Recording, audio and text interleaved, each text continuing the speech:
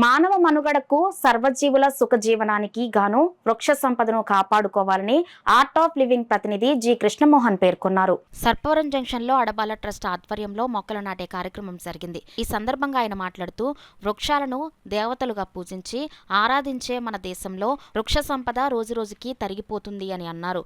వందలాది సంవత్సరాలు జీవిస్తూ ఎంతో దూరం నిరంతరం ఆక్సిజన్ను అందించే శక్తి ఈ మహావృక్షాలకు ఉందని అన్నారు.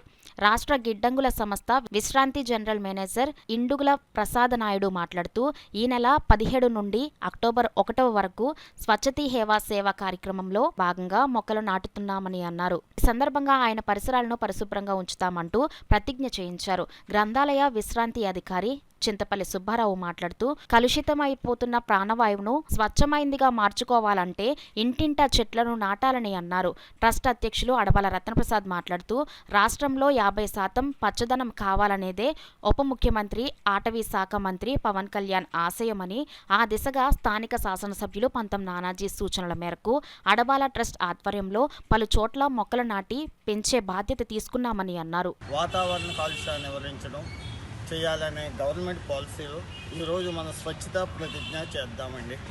స్వభావ స్వచ్ఛత, సంస్కార స్వచ్ఛతను అనుసరించి మేము స్వచ్ఛత కొరకు కట్టుబడి ఉంటామని, అందుకొరకు మా సమయాన్ని అంకితం చేస్తామని, సంవత్సరానికి 100 గంటలు అంటే వారానికి 2 గంటల చొప్పున పరిశుభ్రత కొరకు స్వచ్ఛందంగా పాటుపడతామని, బహిరంగ ప్రదేశాల్లో చెత్త వేయమని, ఇతరులు చెత్త వేయనివ్వమని, పరిశుభ్రత అన్నది దైవత్వం, తరువాత దైవత్వం అంత గొప్పదిగా భావిస్తామని ప్రతిజ్ఞ చేస్తున్నాము. ఏ విధమైన కార్యక్రమాలు చేయం. మన పిల్లలు ఇంజనీర్లు అవరు, మన పిల్లలు డాక్టర్లు అవరు. ఎందుకంటే వాళ్ళకి వాతావరణం లేకపోతే మనుగడ ఉండదు, వాళ్ళ ఆరోగ్యాలు బాగుండవు.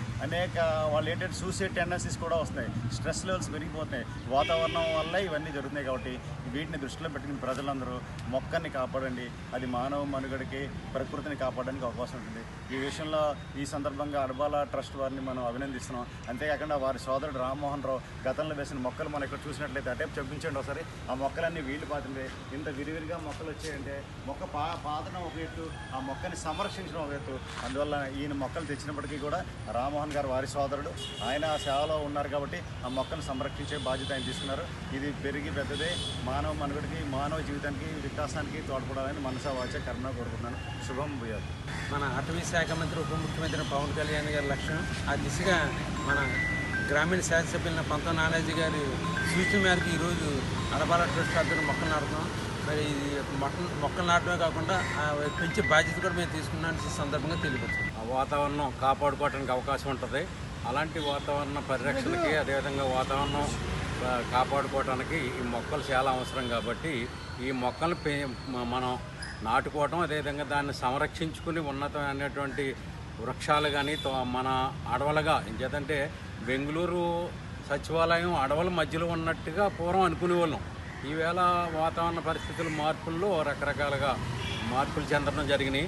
అంచేత అలాగా మనం కూడా అడవుల మధ్యలో ఉండేటటువంటి గ్రామాలు కానీ టౌన్లుగా ఉన్నప్పుడు మాత్రమే ఆరోగ్యవంతమైనటువంటి స్వచ్ఛమైనటువంటి గాలి పీల్చుకోవడానికి, స్వచ్ఛమైనటువంటి నీరు తాగడానికి అవకాశం ఉంటుంది. కాబట్టి ఈ మొక్కలు నాటేటటువంటి కార్యక్రమం నిర్వహించినటువంటి అడబాల ట్రస్ట్ రతన్ప్రసాద్ గారికి, సమకూర్చినటువంటి ప్రసాద నాయుడు గారికి, మిత్రులందరూ కూడా ధన్యవాదాలు, నమస్కారాలు తెలియజేసుకుంటూ ఈ కార్యక్రమం విజయవంతం చేసినందుకు అందరికీ కూడా కృతజ్ఞతలు, ధన్యవాదాలు.